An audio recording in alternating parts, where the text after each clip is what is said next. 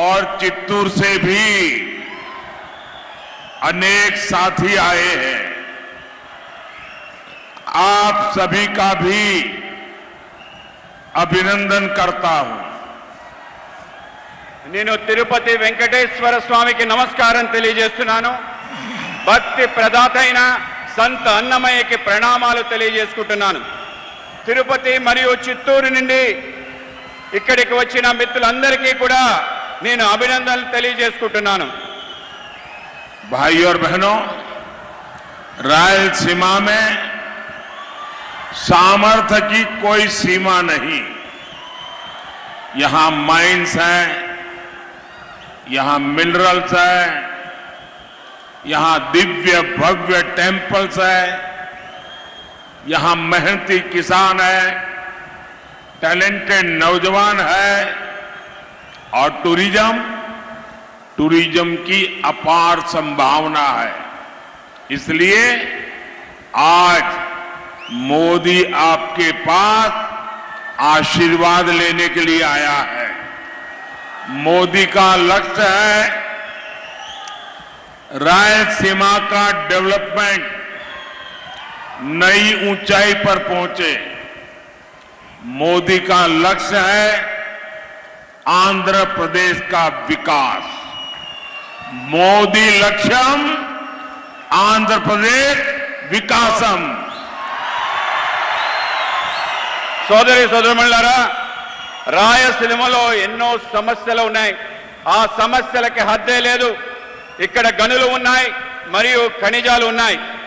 ఇక్కడ భవ్యమైన దివ్యమైన దేవాలయాలు ఉన్నాయి. ఇక్కడ కష్టపడి పనిచేసే రైతులు ఉన్నారు, ప్రతిభావంతమైన యువకులు ఉన్నారు. మరి పర్యాటక కేంద్రాలకి అవకాశాలు ఎన్నో ఉన్నాయి. ఈరోజు నేను మీ ముందుకు మీ ఆశీర్వాదం కోసం వచ్చాను. మోడీ లక్ష్యం రాయలసీమని బాగా అభివృద్ధి చేసి కొత్త ఎత్తులకు తీసుకెళ్ళటం. మోడీ లక్ష్యం आंध्र प्रदेश अभिवृद्धि। साथियों, आप सभी ने दशकों तक दूसरों पर भरोसा किया है, लेकिन आपको क्या मिला?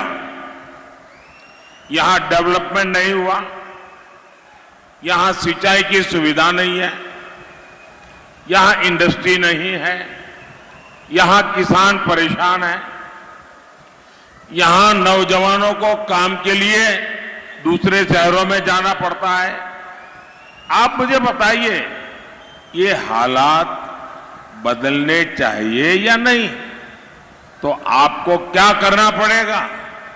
आंध्र प्रदेश में डबल इंजन सरकार, आंध्र प्रदेश लो कूड़ा डबल इंजन सरकार रावाली।